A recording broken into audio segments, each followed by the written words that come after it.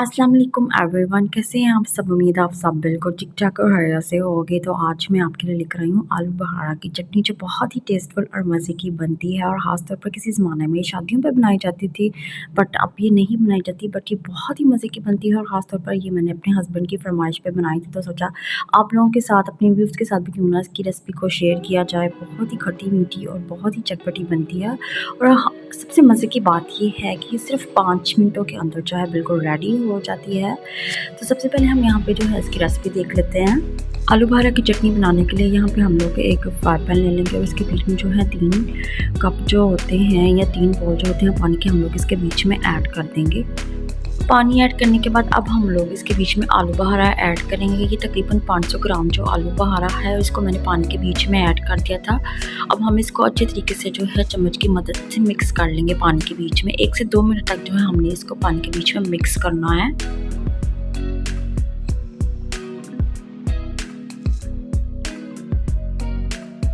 1 से 2 मिनट के बाद अब हमने इसको चम्मच से नहीं हिलाना। अब हमने इसको इसी तरह ही जो है पकने के लिए छोड़ देना है, ताकि जो है पानी के बीच में अच्छे तरीके से उबाल आ जाए और हमारा आलू बहारा जो है थोड़ा सा पक जाए।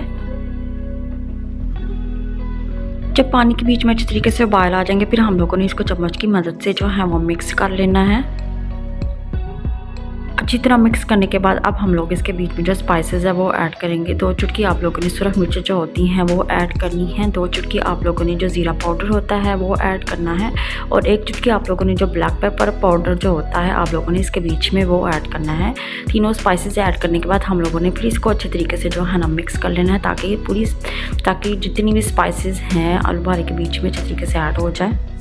इस पूरे प्रोसेस के दरमियान आप लोगों ने जो चूल्हे की आंच है उसको आपने तेज़ रखना है। आप आलू बहारे की चटनी को जितना पकाओगे उसका कलर जो है वो इतना ही अच्छा आएगा। आपको कलर वगैरह जो है फूड कलर डालने की इसके बीच में कोई भी ज़रूरत नहीं पड़ेगी। इसके बाद जो है मैंने इसके बीच में जो चीनी है वो ऐड कर दी थी। चीनी तकरीबन मैंने 1 बॉल ले ली थी, तो मैंने इसके बीच में ऐड कर दी थी। चीनी ऐड करने के बाद अब हम लोगों ने इसको फिर अच्छे तरीके से जो है मिक्स कर लेना है, ताकि हमारी जो सारी चीनी है आलू बहारे के बीच में ऐड हो जाए। और हम लोगों ने इसको अच्छे तरीके से पकाना है, ताकि जो हमारी जो चटनी है आलू बहारे की उसका जो कलर है बहुत ही अच्छा आए। चीनी ऐड करने के बाद ये खुद बहुत जो है थिक होती जाएगी और हम लोगों ने इसको अब जो है मज़ीद पकाना है, ताकि जो इसका कलर है मज़ीद अच्छा आए और जो हमारी चटनी है वो मज़ीद थिक हो जाए। इसके बाद मैंने इसके बीच में जो 4 मगज़ हैं वो ऐड कर दिए थे। 4 मगज़ ऐड करने से इसकी जो चटनी की लुक है ये मज़ीद अच्छी हो जाएगी और ये मज़ीद जो है यमी लगेगी। 4 मगज़ ऐड करने के बाद आपने इसको फिर अच्छे तरीके से मिक्स कर लेना है और आपने चटनी को जो है मज़ीद पकाना है, ताकि जो मज़ीद थिक हो जाए और जो इसका कलर है वो मज़ीद अच्छा आ जाए।